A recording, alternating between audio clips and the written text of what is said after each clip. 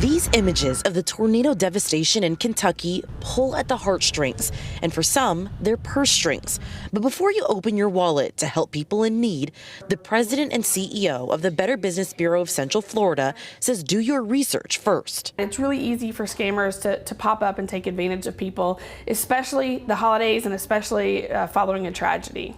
Holly Salmon says there are 3 red flags to watch out for before donating to tornado relief efforts.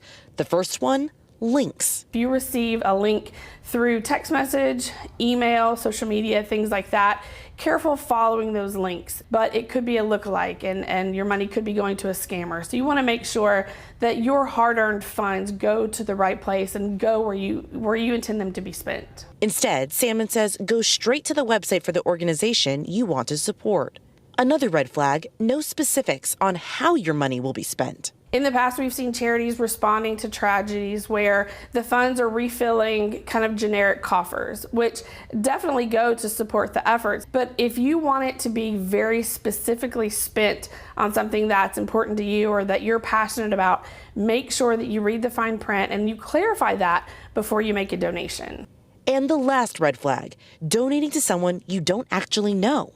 Perhaps it's come to you because it's a friend of a friend or something like that. Those should be considered red flags. If it's not someone you know personally, take a step back, do your research, and consider donating to a larger scale effort to a more widely known charity or nonprofit. While crowdfunding has grown in popularity, especially on social media, the BBB says when it comes down to your money, trust is invaluable. In Seminole County, Marley Martinez, WESH 2 News.